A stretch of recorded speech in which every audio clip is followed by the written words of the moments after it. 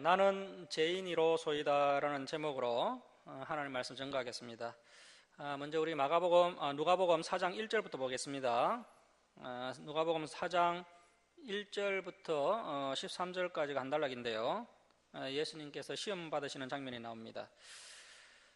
문제는 예수님이 성령 충만하심을 입은 후에 시험을 받으셨다는 겁니다. 우리는 성령 충만하지 않을 때 시험 당한다고 생각을 했는데, 우리가 진리의 길을 바로 가고 있고 또 성령 충만한 상태일 때도 시험 받을 수 있다는 겁니다. 그리고 예수님이 시험 받으셨다는 것은 우리들에게도 아주 중요한 사건이 되는데요. 히브리서 2장 8절에 보시면, 화면 한번 띄워보실까요? 히브리서 2장 8절에 보시면 그가 시험을 받아 고난을 당하셨은즉 시험 받는 자들을 능히 도우실 수 있느니라고 말씀하셨습니다. 예수님이 시험을 친히 당하셨기 때문에 우리가 시험 당할 때 우리의 그 형편과 심정을 잘 아시고 우리를 도우실 수 있다는 뜻입니다. 예수님은 3가지 시험을 당하셨습니다. 4장 1절 말씀 보시겠습니다. 예수께서 성령의 충만함을 입어. 이 성령 충만을 다른 말로 이야기하면 예수 충만이라고 할 수 있겠습니다. 성령님이 예수의 영이기 때문에 성령 충만은 예수 충만도 되는 것이죠.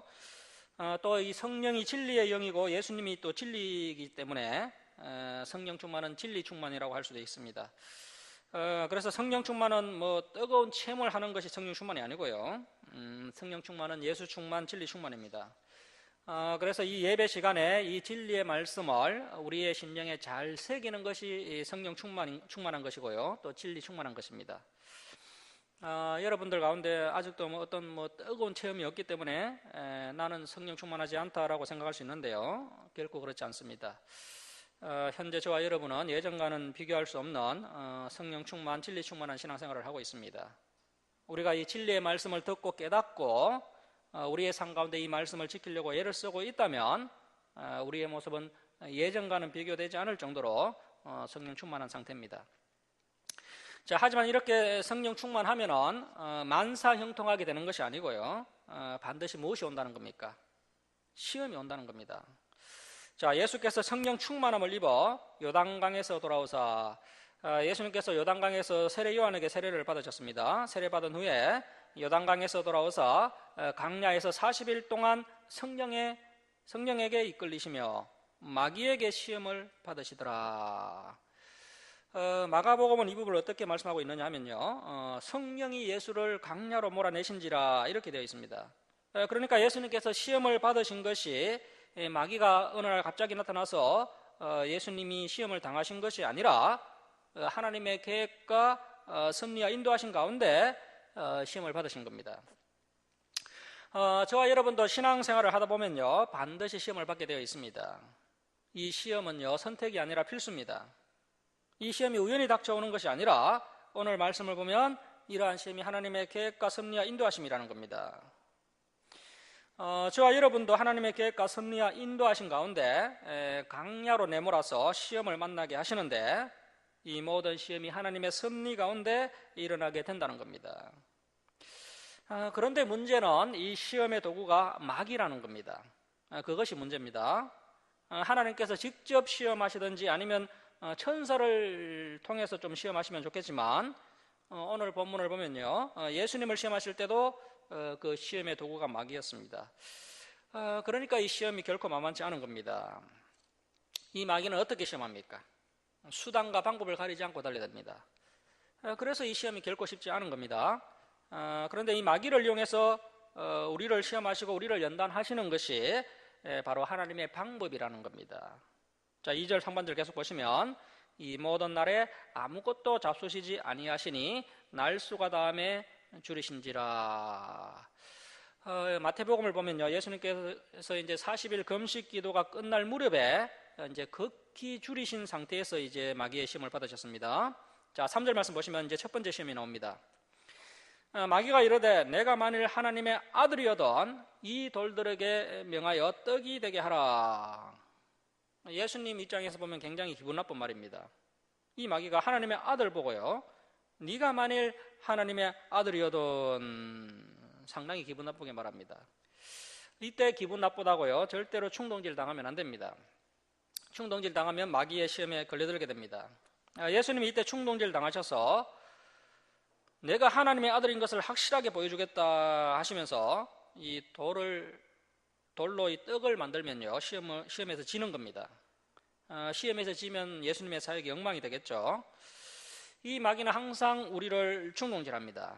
그때 충동질 당하면 안 되고요, 우리의 감정을 잘 조절해서 말씀으로 돌아가야 됩니다.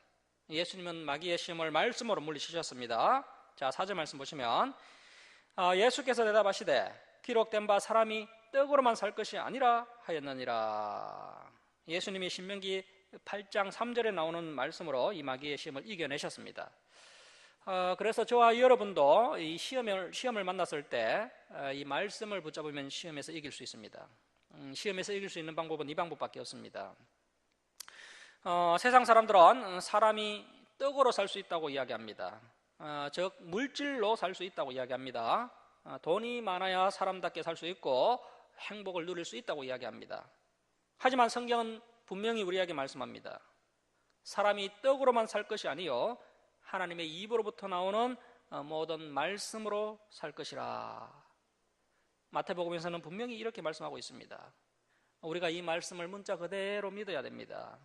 우리는 하나님의 말씀으로 사는 것입니다. 자, 5절 말씀 보십시오. 두 번째 시험이 나옵니다.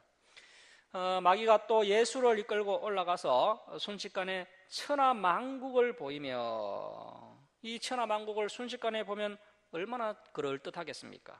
그 화려한 세상의 권위와 그 세상의 영광을 가지고 싶은 욕심이 생깁니다. 자, 6절 말씀 보시면 이르되 이 모든 권위와 그 영광을 내가 내게 주리라. 이것은 내게 넘겨준 것이므로 내가 은하는 자에게 주노라. 이 세상의 권위와 영광을 마귀가 예수님에게 주겠다고 이야기합니다. 이 마귀가 세상의 권위와 영광을 보여주면서 예수님을 유혹한 겁니다. 예수님은 지상 통치권을 하나님 아버지께 임받은 분입니다. 그런데 예수님께서 현재 가지고 계시지 못한 것이 무엇입니까? 세상적인 부유함, 세상의 권세와 부귀영화, 이런 것들을 예수님께서 가지고 계시지 않습니다. 이것은 현재 마귀가 가지고 있습니다. 마귀가 이것은 내게 넘겨준 것이다, 이렇게 이야기합니다. 그러니까 이러한 세상의 그 물질적 풍요로움과 이 세상 권세는 이 마귀가 가지고 있습니다. 자, 이것을 누구에게 준다고 이야기합니까? 내가 은하는 자에게 주노라. 이 마귀가 주고 싶은 자에게 준다는 겁니다. 자, 7절 말씀 보시면 그러므로 내가 만일 내게 절하면 다 내 것이 되리라. 이 항상 전제가 있죠. 마귀에게 절하면, 다시 말하면 이 마귀를 섬기면 이 물질과 세상 권세가 따라오게 된다는 겁니다. 그래서 오늘날 이 영적인 눈으로 보면요, 이 마귀를 섬겨서 이렇게 이제 마귀에게 영혼을 팔아서 이렇게 물질과 세상 권세를 받은 사람들을 볼 수가 있습니다. 하지만 이번 시험도 이렇게 말씀으로 예수님께서 물리치십니다. 자, 8절 말씀 보십시오. 예수께서 대답하여 이르시되 기록된 바 주 너희 하나님께 경배하고 다만 그를 섬기라 하였느니라. 예수님이 신명기 6장 13절 말씀으로 이 마귀의 시험을 물리치십니다. 예수님께서 절대 세상적인 것들을 추구하고 또 물질을 추구하고 마귀를 섬기면 안 되고 오직 하나님 한 분만을 경배하고 섬겨야 된다라고 말씀합니다. 자, 현재 이 마귀가 예수님을 어떻게 유혹하고 있습니까? 그 어렵고 힘든 그 십자가의 길을 가지 말라는 겁니다. 편하고 쉬운 길이 있다는 겁니다. 이게 바로 마귀의 유혹입니다. 저와 여러분에게도 계속해서 이 마귀가 편하고 쉬운 길을 가라고 유혹하고 있습니다. 어려운 가정을 생략하라고 유혹합니다. 복잡하고 힘든 길 가지 마라. 쉽고 편안한 길이 있다면서 우리를 유혹합니다. 하지만 예수님은 어렵고 고통스러운 십자가의 길을 가셔야만 참된 영광이 있다는 것을 아셨기 때문에 십자가의 길을 묵묵히 걸어가시는 것을 볼 수 있습니다. 자, 이제 세 번째 시험이 나옵니다. 자, 9절 말씀 보십시오. 또 이끌고 예루살렘으로 가서 성전 꼭대기에 세우고 이르되 내가 만일 하나님의 아들이거든 여기서 뛰어내리라. 예수님이 하나님의 아들이 분명하신데 자꾸 이런 말을 합니다. 여기에 충동질 당해서 뛰어내리면 안 됩니다. 자, 10절 말씀입니다.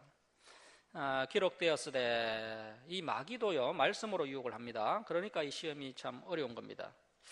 기록되었으되 하나님이 너를 위하여 그 사자들을 명하사 너를 지키게 하시리라 하였고, 또한 그들이 손으로 너를 받들어 내 발이 돌에 부딪히지 않게 하시리라 하였느니라. 이 마귀가 성경을 꽤 많이 알고 있습니다.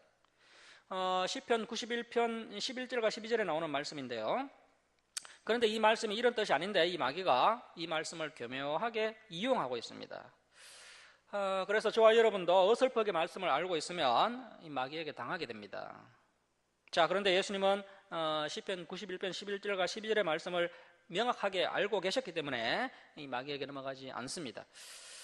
하지만 그 아담과 하와부터 시작했어요. 오늘날까지 이제 많은 사람들이 말씀을 어설프게 알고 있기 때문에 마귀에게 당하고 있습니다.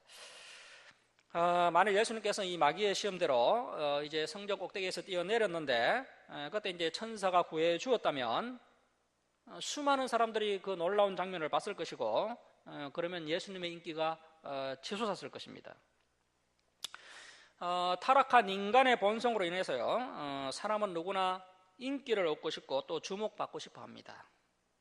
여기에 많은 사람들이 넘어가고 있는데 예수님은 넘어가시지 않습니다.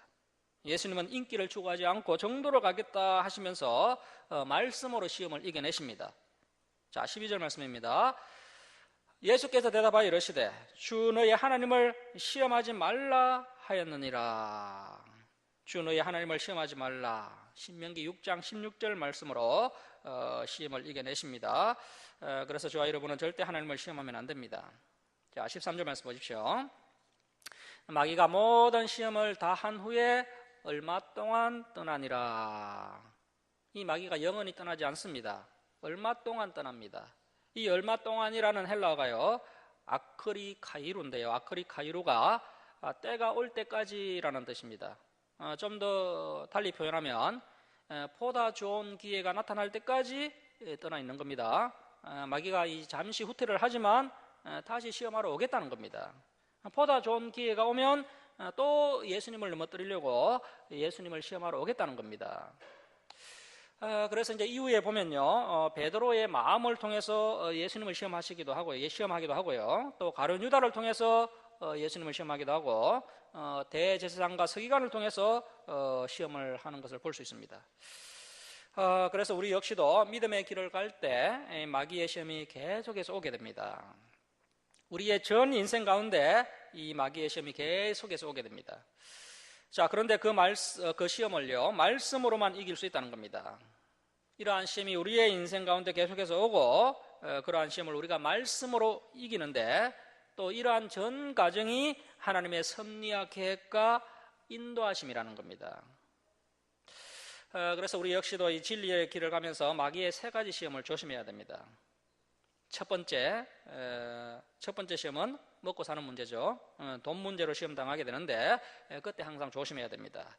그리고 두 번째는 이 경배의 대상 문제, 하나님 한 분만을 섬기고 의지해야 하는데 하나님 외에 그 세상적인 부유함, 그 세상의 건세와 부귀영화, 물질을 자꾸 의지하고 섬기게 한다는 겁니다. 세 번째는 인기를 추구하고자 하는 문제입니다. 명예를 추구하고자 하는 문제입니다.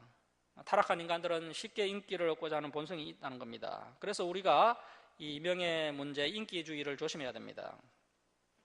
그래서 어떤 분들은 이제 나는 돈에 대한 욕심은 내려놓았고 하나님 한 분만을 섬기기로 결단했다라고 하지만요, 교회 안에서 또 인기를 얻으려고 하고 명예를 얻으려고 하는 그런 분들이 있습니다.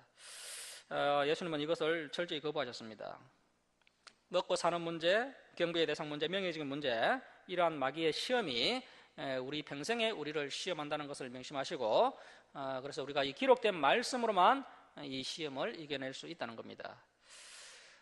그리고 이제 14절과 15절이 한 단락인데요, 예수님께서 갈릴리 여러 해당에서 가르치시는 장면이 나옵니다.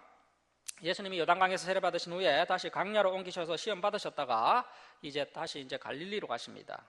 자, 14절 말씀입니다.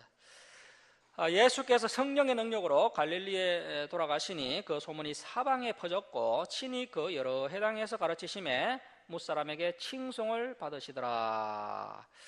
자, 이제 16절부터 30절까지가 한 단락인데요. 고향 나사렛에서 배척받으시는 장면이 나옵니다. 자, 16절입니다.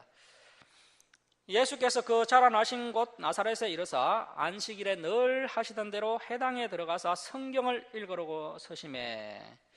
예수님께서는 안식일만 되면 늘 하시던 대로 회당에 가셔서 성경을 읽으시고 또 말씀을 전하셨습니다. 자, 17절 말씀 보십시오.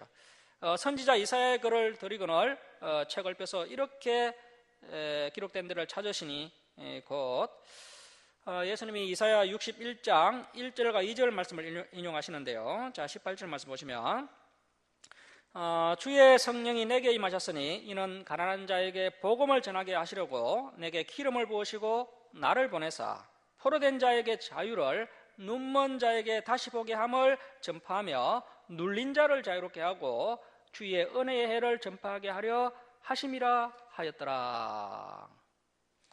자, 여기서 이 주의 은혜의 해가요, 이제 그 구약에 나오는 희년인데요. 희년 50년마다 한 번씩 돌아오는 희년입니다. 이 희년의 의미는 죄로부터의 해방의 의미가 있습니다. 유대인들은 희년이 되면은 모든 것을 다 탕감받습니다. 희년이 되면 빚진 것도 탕감받고요, 빼앗긴 토지도 돌려받고 이때 종되었던 자는 자유인이 됩니다. 그러니까 예수님께서 오심으로 말미암아 진정한 은혜가 왔다, 진정한 희년이 왔다, 이렇게 말씀하고 있는 겁니다. 이것으로 이제 희년은 종결되는 겁니다. 더 이상의 희년은 없습니다. 그래서 이 희년의 의미가 죄로부터의 해방의 의미가 있습니다. 빚진 것을 청산받고 종되었던 자가 자유인이 되는 정도가 아니고요, 이제는 예수님이 오심으로 인해서 죄의 종되었던 자가 이제 예수님으로 인해서 죄로부터 영원한 해방을 맞이하게 된 겁니다. 이 죄의 싹선 사망인데 이제 사망에서 영원한 생명의 길로 옮겨지게 된 겁니다. 그래서 저와 여러분이 반드시 이것을 붙잡아야 됩니다. 예수 그리스도께서 나를 죄와 사망으로부터 해방시켜 주시기 위해서 오셨다, 이 사실을 우리가 꼭 알아야 됩니다. 그래서 이제 로마서 8장 2절 말씀 보시면요, 화면을 계속 띄워보십시오. 로마서 8장 2절 말씀 보시면 이는 그리스도 예수 안에 있는 생명의 성령의 법이 죄와 사망의 법에서 너를 해방하였습니다, 이렇게 바울 사도가 이야기하고 있습니다. 그래서 예수님께서 우리를 죄로부터 이 사망으로부터 해방시켜 주신 겁니다. 우리의 공로로 죄와 사망으로부터 해방될 수 없습니다. 오직 예수님의 은혜입니다. 자, 우리 누가복음 4장 20절 21절 우리 함께 읽겠습니다. 자, 시작. 책을 덮어 그 맡은 자에게 주시고 앉으시니 해당에 있는 자들이 다 주목하여 보더라. 이에 예수께서 그들에게 말씀하시되 이 글이 오늘 너희 귀에 응하였느니라 하시니. 자, 이 글이 오늘 너희 귀에 응하였느니라, 아주 놀라운 말씀입니다. 예수님께서 자신을 통해서 이 이사야의 예언이 오늘 응해졌다, 오늘 성취되었다라고 말씀하신 겁니다. 자, 22절 말씀입니다. 그들이 다 그를 정언하고 그 입으로 나오는 바 은혜로운 말을 놀랍게 여겨 이르되 이 사람이 요셉의 아들이 아니냐. 자, 사람들이 예수님의 말씀을 놀랍게 여기고 은혜를 받긴 하지만요, 예수님의 그 말씀, 예수님을 믿지 못합니다. 왜냐하면 예수님이 가난한 목수 요셉의 아들이다 보니까요, 그 예수님을 못 믿습니다. 자, 23절 말씀 보십시오. 예수님이 사람들의 마음을 다 내다보고 계십니다. 예수께서 그들에게 이르시되 너희가 반드시 의사야 너 자신을 고치라 하는 속담을 인용하여 내게 말하기를 우리가 들은 바 가버나움에서 행한 일을 내 고향 여기서도 행하라 하리라. 자, 여기서 의사야 너 자신을 고치라는 뜻은요, 의사가 다른 사람을 고치기 전에 먼저 너 자신을 고쳐놓고 의사 노릇을 하라는 뜻입니다. 그러니까 이 말은 의사를 완전히 무시하는 말입니다. 다시 말하면요, 이 예수님을 무시하는 이 나사렛 사람들의 이 심보가요, 예수님의 눈에 다 보이는 겁니다. 가버나움에서 병자를 고쳤다면 여기 나사렛에서 한번 고쳐보지, 이렇게 이제 예수님의 눈에 이 고향 나사렛 사람들의 그 뒤틀린 심보가 다 보이는 겁니다. 자, 24절 말씀 보십시오. 또 이러시되 내가 진실로 너에게 이르노니 선지자가 고향에서는 환영을 받는 자가 없느니라. 내가 참으로 너에게 이르노니 엘리야 시대에 하늘이 3년 6개월간 닫히어 온 땅에 큰 흉년이 들었을 때에 이스라엘에 많은 과부가 있었으되 엘리야가 그 이스라엘 중 한 사람에게 보내심을 받지 않고 오직 그 이방 시돈 땅에 있는 그 사렙다의 한 과부에게 뿐이었으며, 우리가 열왕기 상서 17장에서 다 살펴봤던 내용이죠. 그 팔레스타인 지역에 이제 극심한 기근이 닥쳤고요. 이제 밀가루 한 움큼과 올리브 기름만 조금 남아 있는 그 사르밧 과부가 그 한 번 먹을 그 밀가루와 기름으로 이제 떡을 만들어 먹고 죽으려고 하는 그런 상황 가운데 엘리야가 나타났습니다. 엘리야가 과부에게 떡 한 조각을 내게 만들어 가져와라, 이렇게 무리한 부탁을 합니다. 그런데 놀랍게도 이 과부가 그 엘리야의 말을 듣고 순종합니다. 순종할 수 없는 상황인데도 순종한 겁니다. 이것이 핵심입니다. 당신이 뭔데 우리가 한 번 먹을 그 마지막 양식을 내놓으라고 하느냐, 이렇게 반발할 수가 있습니다. 순종할 수 없는 상황이지만 이 과부는 순종을 했습니다. 자, 이렇게 순종하자 이 과부의 집에 이제 기근이 그칠 때까지 밀가루와 기름이 떨어지지 않는 그런 놀라운 기적이 일어나게 됩니다. 자, 27절 말씀입니다. 이제 예수님이 엘리사 선지자 때 일어난 일을 설명하십니다. 또 선지자 엘리사 때에 이스라엘에 많은 나병 환자가 있었으되 그 중에 한 사람도 깨끗함을 얻지 못하고 오직 그 이방 그 수리아 아람입니다. 아람 사람 나아만뿐이었느니라. 당시 이제 아람이요, 이제 북이스라엘보다 더 강했고, 그래서 이제 북이스라엘이 이제 아람의 눈치를 보고 있는 상황 가운데 이 아람의 군대 장관 나아만이 나병에 걸려서 이제 나병을 치유받기 위해서 이제 엘리사를 찾아왔습니다. 그런데 엘리사가 내다보지도 않고요, 사한 게하시를 보내어서 요단강에 가서 몸을 7번 씻어라, 이렇게 이야기했습니다. 그런데 놀라운 것은 이 나아만이 이 말을 듣고 순종했다는 겁니다. 물론 중간에 이 나아만 장군이요, 내가 이 더러운 요단강물에 굳이 씻어야 되겠나, 우리 아람에 가면 더 깨끗한 물이 있다라고 이제 반발했지만 이 나아만의 종들이 이보다 더 큰 일을 시키더라도 낫는다면 순종하지 않겠습니까? 이렇게 이제 이야기하자 이 종들의 말을 듣고 이제 요단강물에 한 번, 두 번, 세 번, 네 번, 5번, 6번, 7번 온전한 순종을 하니까 그 나병 걸린 그 살이 다시 어린아이의 살같이 온전히 회복되는 장면을 우리가 열왕기하서 5장에서 살펴봤습니다. 당시 이스라엘은 이제 7년 가뭄 중이었고요. 그래서 요단강물이 얼마나 더러운지 오히려 뭐 병이 더 걸릴 것 같은, 더 심해질 것 같은 그런 더러운 물이었지만 믿고 순종하니까 놀라운 역사가 일어났습니다. 자, 현재 예수님이요, 이 이스라엘 나사렛 해당에서 유대인들에게 이 말씀을 하고 있습니다. 이 말씀을 들은 이 나사렛 사람들의 기분이 많이 상했습니다. 자, 28절 말씀입니다.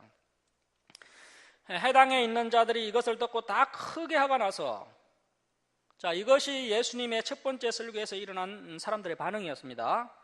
자, 그러면 예수님의 그 첫 번째 설교 실패했죠. 그런데 하나님의 관점에서 봤을 때요, 실패가 아닙니다. 자, 그래서 설교자는 사람이 듣고 싶어하는 설교를 하면 안 되고요, 하나님이 하고 싶어하는 설교를 할 수 있어야 됩니다. 예수님께서는 인기주의에 빠지지 않으시고 하나님께서 하시고자 하는 말씀을 사람 눈치 보지 않고 정직하게 하셨기 때문에 하나님 입장에서 보면 성공적인 설교라고 할 수 있습니다. 하나님의 말씀에 순종한 이방인들에게 이러한 놀라운 하나님의 은혜가 임하게 될 것이고, 하나님의 말씀에 순종하지 않은 유대인들은 구원을 받지 못한다, 이렇게 말씀하시니까요, 유대인들이 화가 났습니다. 자, 29절 말씀입니다. 일어나 동네 밖으로 쫓아내어 그 동네가 건설된 산 그 낭떠러지까지 끌고 가서 밀쳐 떨어뜨리고자 하되. 자, 이때 예수님께서 떨어지시면 이제 구원 사역이 중단되기 때문에 예수님께서 이때 이제 순간적으로 능력을 발휘하시는데요. 자, 30절 보시면 이제 여기에는 없지만 능력을 발휘하셔서 이제 예수께서 그들 가운데로 지나서 가시니라. 예수님이 자신을 위해서 이제 능력을 발휘한 유일한 케이스가 되겠습니다. 자, 그래서 이제 이 말씀의 교훈은요, 우리가 사르밧 가부와 같아야 한다는 겁니다. 우리가 사르밧 가부와 같아야 하고 이방인 나병 환자 나아만과 같아야 한다는 겁니다. 우리가 가난한 마음으로 이 말씀을 듣고 순종하면 우리에게 이렇게 놀라운 은혜의 해, 희년의 해가 전파되게 된다는 겁니다. 이 사르밧 가부와 나아만 장군의 특징이 있습니다. 첫 번째, 영과 육이 가난한 사람이었습니다. 두 번째, 말씀을 듣고 순종하는 사람이었습니다. 그래서 저와 여러분에게도 이러한 희년의 기쁨이 임하기 위해서는 이 두 사람처럼 영과 육이 가난해야 됩니다. 그리고 말씀을 듣고 순종해야 됩니다. 자, 이제 31절부터 37절은 더러운 귀신 들린 사람을 고치시는 장면이 나옵니다. 31절 말씀 보시겠습니다. 갈릴리의 가버나움 동네에 내려오사 안식일에 가르치심에. 이 가버나움이 이제 예수님의 선교 중심지입니다. 예수님이 고향 나사렛에서 설교 한 편 하시다가 죽을 뻔하셨다가 이제 가버나움으로 오셨습니다. 이 가버나움이 예수님의 선교 중심지였고요. 이곳에서 이제 공생의 대부분의 사역을 하셨습니다. 자, 32절 말씀입니다. 그들이 그 가르치심에 논란이 이는 그 말씀이 근의가 있음이로라. 자, 왜 근의가 있느냐 하면 당시의 설교자들은 그 해석에 해석을 더하고 설명을 너무 장황하게 해서 본질이 흐려졌습니다. 자, 그런데 예수님의 설교는요, 그 예수님의 말씀 그 자체가 이제 진리고요. 그리고 매우 명확하고 간단하게 이제 설교를 하시니까 그 말씀에 근의가 있는 겁니다. 자, 33절 말씀입니다. 해당에 더러운 귀신 들린 사람이 있어 크게 소리 질러 이르되 나사렛 예수여, 우리가 당신과 무슨 상관이 있나이까? 우리를 멸하러 왔나이까? 나는 당신이 누구인 줄 아노니 하나님의 거룩한 자니이다. 귀신이 다 알고 있죠. 그런데 아는 것이 다가 아닙니다. 지금 제자들도 예수님이 하나님의 아들이신 것을 모르는데 이 귀신들은 알고 있습니다. 그래서 안다고 구원받는 것이 아닙니다. 자, 35절 말씀 보십시오. 예수께서 꾸짖어 이르시되 잠잠하고 그 사람에게서 나오라 하시니 귀신이 그 사람을 무리 중에 넘어뜨리고 나오되 그 사람은 상하지 아니한지라. 다 놀라 서로 말하여 이르되 이 어떠한 말씀인고 거리와 능력으로 더러운 귀신을 명하며 나가는다 하더라. 이에 예수의 소문이 그 근처 사방에 퍼지니라. 이스라엘 역사 가운데 단 한 번도 일어난 적이 없는 그런 놀라운 일들이 예수님을 통해서 일어나게 됩니다. 자, 이제 38절에서 41절에는 온갖 병자를 고치시는 예수님의 모습이 나옵니다. 자, 38절 말씀 보십시오. 예수께서 일어나 해당에서 나가사 시몬 베드로입니다. 베드로의 집에 들어가시니 시몬의 장모가 중한 열병을 앓고 있는지라. 사람들이 그를 위하여 예수께 구하니 예수께서 가까이 서서 열병을 꾸짖으신데 병이 떠나고 여자가 곧 일어나 그들에게 수종드니라. 예수님이요, 바람과 바다도 꾸짖으셨고요, 또 병도 꾸짖으셨습니다. 병을 꾸짖으시자 병이 떠나고 베드로의 장모가 금방 회복이 되어서 예수님과 제자들을 수종들게 됩니다. 그래서 이제 이러한 치유의 역사가 이제 오늘날도 일어날 수가 있는데요. 어떤 성도님들은 이런 하나님의 놀라운 말씀을 듣는 가운데 이제 믿음이 생겨서 내 병이 낫겠구나, 주님께서 내 병을 고쳐주시겠구나, 이런 믿음이 생겨서 병이 낫는 경우도 있습니다. 자, 40절 말씀 보십시오. 해질 무렵에 사람들이 온갖 병자들을 데리고 나오매 예수께서 일일이 그 이에 손을 얹어서 고치시니 여러 사람에게서 귀신들이 나가며 소리질러 이르되 당신은 하나님의 아들이니다. 이 귀신이 귀신같이 알고 있죠. 예수께서 꾸짖어사 그들이 말함을 허락하지 아니하시니 이는 자기를 그리스도인 줄 알미러라. 이 제자들은 아직도 모르는데 귀신들은 다 알고 있습니다. 이제 성경을 보면요, 모든 병이 귀신을 통해서 오는 것은 아니지만 상당수 병들이 또 이 귀신을 통해서 오는 경우도 있습니다. 그래서 성경은 마귀를 대적하라, 그리하면 너희를 피하리라, 하나님을 가까이 하라, 그리하면 너희를 가까이 하시리라고 말씀하셨습니다. 그래서 우리의 마음속에 이제 나쁜 생각들, 또 해서는 안 될 그런 생각들이 들면요, 우리가 마음속으로 대적을 하고 물리쳐야 됩니다. 자, 이제 42절부터 44절까지 이제 복음을 전하시는 예수님의 모습이 나옵니다. 자, 42절 말씀 보시면 날이 밝음에 새벽입니다. 새벽에 예수께서 나오사, 왜 예수님께서 새벽에 나오셨느냐 하면요, 한적한 곳에 가셔서 이제 기도하시기 위해서였습니다. 낮에는 수많은 사람들이 몰려오니까요, 예수님께서 조용히 기도할 시간이 없으신 겁니다. 그래서 이제 새벽에 한적한 곳에 기도하러 가시니, 그때 이제 또 무리가 예수님을 찾다가 만나서 자기들에게서 떠나시지 못하게 만류하려 하매, 그래서 이제 지금 예수님의 목회가 아주 잘 되고 있죠. 전도가 아주 잘 되는 그런 동네입니다. 그런데 예수님이 어떻게 말씀하십니까? 자, 43절 말씀 보십시오. 예수께서 이르시되 내가 다른 동네들에서도 하나님 나라의 복음을 전하여야 하리니. 그래서 이제 이 복음을 전하는 것이 전도죠. 그래서 전도해야 하리니 나는 이 일, 전도의 일을 위해 보내심을 받았노라 하시고, 그래서 이 전도가 예수님의 사명이었고요, 또한 저와 여러분의 사명이 되어야 됩니다. 하나님께서 저와 여러분을 왜 이곳에 보내셨습니까? 전도하라고 보내신 겁니다. 자, 44절 말씀입니다. 갈릴리 여러 해당에서 전도하시더라. 예수님이 또 다른 동네에 가셔서 그래서 이제 여러 해당에서 또 전도를 하시게 됩니다. 그래서 우리도 열심히 전도해야 됩니다. 자, 이제 5장으로 갑니다. 오늘 5장 11절까지 하고 마치겠습니다. 5장 1절부터 11절까지가 이제 어부들이 예수님을 따르는 장면이 나옵니다. 베드로, 안드레, 야고보, 요한이 예수님을 따르게 됩니다. 자, 5장 1절 말씀입니다. 무리가 몰려와서 하나님의 말씀을 들을새 예수는 게네사렛 호숫가에 서서 호숫가에 배 두 척이 있는 것을 보시니 어부들은 배에서 나와서 그물을 싣는지라. 예수께서 한 배에 오르시니 그 배는 시몬의 배라. 육지에서 조금 떼기를 청하시고 앉아서 배에서 무리를 가르치시더니. 자, 예수님은 모여든 사람들에게 다른 말씀하신 것이 아니라요, 하나님의 말씀을 가르치셨습니다. 예수님은 복음을 전할 수 있는 곳이면 장소를 가리지 않으셨습니다. 물론 현재 예수님이 해당에서 설교하지 않고요, 노천에서 설교하신 것은 이 유대 종교 지도자들이 예수님을 싫어했기 때문입니다. 자, 이때 이제 어부들은 밤새 그물질을 하다가 이제 배에서 나와서 그물을 싣고 있는 중입니다. 그때 이제 예수님이 한 배에 오르셨는데 그 배가 바로 베드로의 배였습니다. 지금 베드로는 이제 잠을 자러 가야 됩니다. 그물을 싣고 이제 자러 가야 되겠다라고 하고 있는데 갑자기 예수님이 오셔서 베드로의 배에 오르셨습니다. 사람들이 너무 많이 몰려오니까요, 이제 배를 육지에서 약간 띄워놓고 이제 배 위에서 육지에 있는 무리들에게 설교를 하신 겁니다. 그래서 이제 바닷바람을 타고 이제 예수님의 말씀이 이 무리들에게 전해지게 되었는데요, 이때 예수님의 말씀을 가장 잘 들은 사람이 예수님과 함께 배에 타고 있는 이 베드로가 가장 잘 들었습니다. 자, 4절 말씀입니다. 말씀을 마치시고 시몬에게 이르시되 깊은 데로 가서 그물을 내려 고기를 잡으라. 예수님께서 이제 베드로의 배를 빌리신 것 때문에 조금이라도 보상을 하고 싶으셨던 것 같습니다.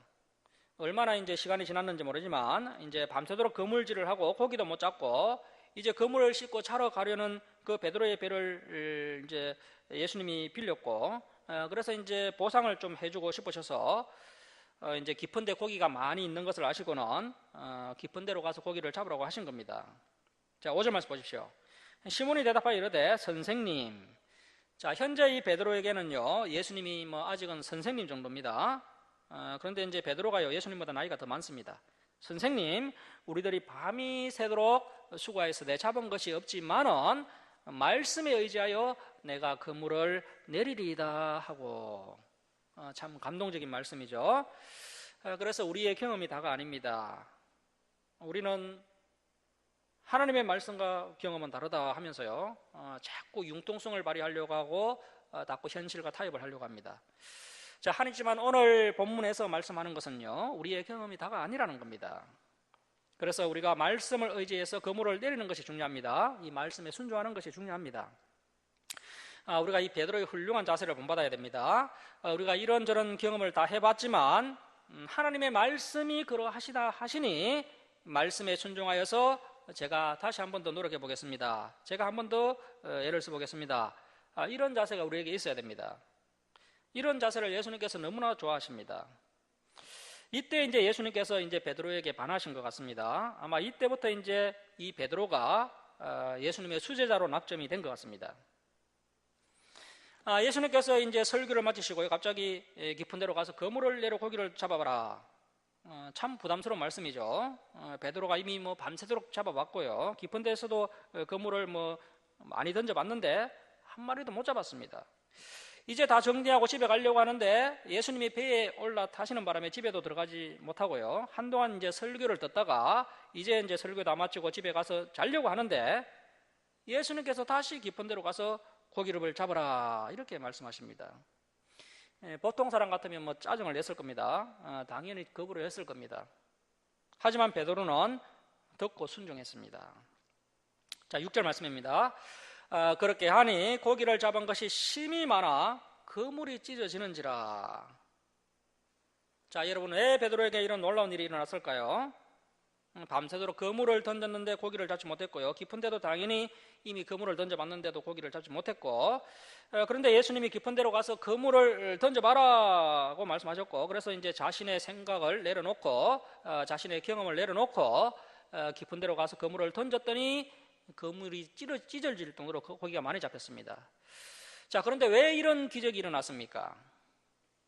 이것은 앞에서 그 예수님께서 설교하셨던 그 말씀이 진리라는 것을 증거하는 겁니다. 그래서 이 표적 자체가 목적이 있는 것이 아니라요, 예수님이 베드로의 배에 올라타셔서 선포하셨던 그 말씀이 진리임을 증거하기 위해서 이런 놀라운 기적이 일어난 겁니다. 그래서 예수님의 말씀을 믿도록 하기 위해서 이런 표적이 일어난 겁니다. 그래서 이제 표적 자체의 목적이 있는 것이 아닙니다. 자, 7절 말씀입니다. 이에 다른 배에 있는 동무들에게 손짓하여 와서 도와달라 하니 그들이 와서 두 배의 체험에 잠기게 되었더라. 시몬 베드로가 이를 보고 예수의 무릎 아래에 엎드려 이르되 주여 나를 떠나소서 나는 죄인이로소이다 하니. 아마 이때 이 베드로가요 예수님의 설교를 듣고 어떤 감동을 받았던 것 같습니다. 그리고 나서 이제 예수님의 말씀에 순종해서 깊은 데로 가서 그물을 내렸는데 엄청난 물고기들이 잡힌 것을 경험하면서 아마 뭔가 큰 충격을 받은 것 같습니다. 큰 깨달음이 베드로에게 있었던 겁니다. 그 깨달음은 이 예수님은 선생님 정도가 아니구나, 이 예수님은 메시아구나, 이 사실을 깨달은 겁니다. 자, 그래서 이제 베드로가요 예수님을 주님이라고 부릅니다. 이제 예수님을 제대로 인식한 겁니다. 베드로가 예수님을 제대로 인식했으면요, 주님 평생 함께 했으면 좋겠습니다, 주님 사랑합니다, 이렇게 이야기해야 하는데 어떻게 말하고 있습니까? 나를 떠나소서 나는 죄인이로소이다. 여러분도 이런 경험을 하신 분들이 계실 겁니다.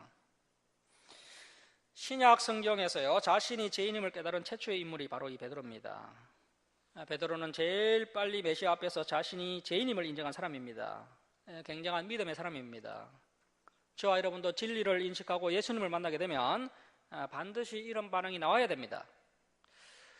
우리가 신앙생활을 하더라도요 진리를 제대로 인식하지 못하고 예수님을 제대로 만나지 못하면요 내 자신이 은근히 괜찮은 사람처럼 생각이 됩니다. 다른 사람들보다 좀 나은 사람처럼 생각이 됩니다. 하지만 제대로 진리를 만나면요 철저하게 내가 죄인임을 깨닫게 된다는 겁니다. 자, 그래서 이 바울 사도도 말년에 나는 죄인 중에 괴수다라고 고백하는 것을 볼 수 있습니다. 자, 그래서 우리 역시 제일 먼저 나는 죄인으로소이다 이런 고백이 나와야 됩니다. 죄인인 것이 깨달아져야 왜 예수님이 이 세상에 오셨으며 왜 예수님이 십자가에 달려셨는가를 우리가 이제 알게 되면서 그때부터 이제 진짜 예수님을 믿는다는 그런 고백이 나오는 겁니다. 그 다음에 이제 우리가 예수님 하나님을 사랑하는 데까지 나아가게 되는 겁니다. 자, 9절 말씀 보십시오. 이는 자기 및 자기와 함께 있는 모든 사람이 고기 잡힌 것으로 말미암아 놀라고 세베대의 아들로서 시몬 그 베드로의 동업자, 이 동업자가 헬라어로 코이노노인데요, 코이노노이는 기쁨과 슬픔을 함께하는 관계입니다. 그래서 이제 베드로와 요한이 한평생 동역자였는데요, 두 사람이 그렇게 이제 동역할 수 있었던 것이요 기쁨과 슬픔을 함께하는 관계였기 때문에 가능했습니다. 그래서 우리 주사랑교회 성도님들도 함께 울고 함께 웃는 관계가 되어야 됩니다. 성도들 간에 그런 관계가 되어야 됩니다. 자, 동업자인 야고보와 요한도 놀랐습니다. 예수께서 시몬에게 이르시되 무서워하지 말라, 이제후로는 내가 사람을 취하리라 하시니. 세상에는 여러 가지 좋은 직업들이 많이 있죠. 사람의 생명을 살리는 의사도 귀한 직업이고요, 또 가르치는 선생님도 참 귀한 직업이고 또 열심히 회사에서 일하시는 분들도 참 귀한 직업을 다 가지고 있습니다. 하지만 이 세상에 가장 아름답고 가치 있는 일을 꼽으라고 한다면 역시 사람을 낚는 어부, 사람의 그 영혼을 살리는 사람이죠. 그래서 사람의 심령에 진리를 새기는 일, 이것이 사람이 할 수 있는 가장 아름답고 이대하고 가치 있는 일입니다.